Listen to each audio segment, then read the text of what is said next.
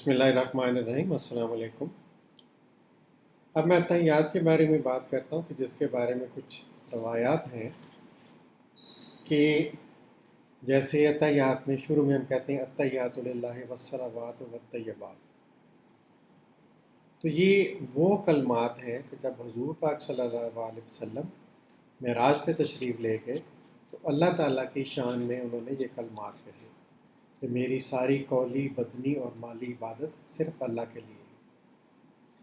جس کے جواب میں اللہ تعالیٰ نے حضور پاک صلی اللہ علیہ وسلم پر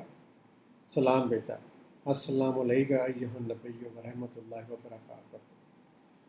اور پھر اس کے بعد تمام فرشتے شامل ہو گئے جنہوں نے کہا کہ السلام علینا وعلی عباد اللہ الصالحین،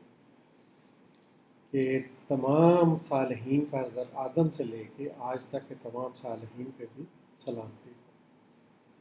یہ روایات ہیں، یہ میں نے سنا ہے، کہیں پڑھا ہے، اور میں جب خود کو اپنی نماز کی حالت میں جب ہوتا ہوں تو میں پرسیو کرتا ہوں، یعنی میں اپنے آپ کو ذہن میں لاتا ہوں کہ جیسے میں خانہ کعبہ میں کعبہ کے سامنے میں تمام کلمات ادا کر رہا ہوں، اور پھر جو ہی جب میں اشہد ان لا الہ الا اللہ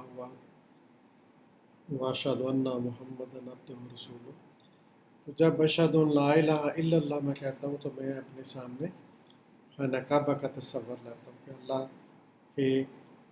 شان میں کہتا ہوں کہ اللہ ایک ہے اور کوئی اس کے سوائے عبادت کے لائق نہیں، اور پھر جب اشہد ان محمد رسول اللہ، تو وہ پھر میں مدینہ پاک میں حضور پاک صلی اللہ علیہ وسلم کا روضہ تصور میں لاتا ہوں کہ میں ان کی شان میں یہ بیان کر رہا ہوں۔ اور اسی طرح جب میں درود شریف پڑھتا ہوں، اللہم صلی علی محمد وعلی آل محمد کما صلیت علی ابراہیم وعلی آل ابراہیم انک حمید مجید، اللہم بارک علی محمد وعلی آل محمد کما بارکت علی ابراہیم وعلی آل ابراہیم انک حمید مجید۔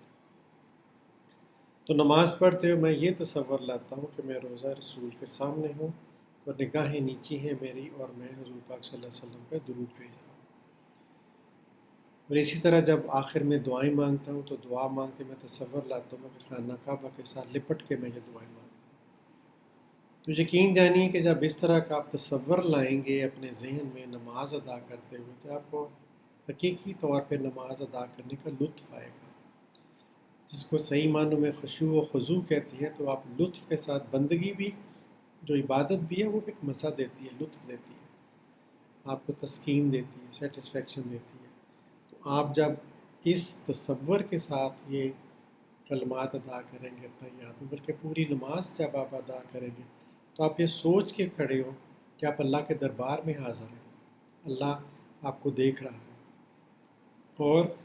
آپ کی نگاہیں نیچی ہیں، آپ نے اپنے آپ کو سبمٹ کیا ہوا ہے، تو کیا ہی لطف ہوگا اس نماز کا۔ جزاک اللہ خیر۔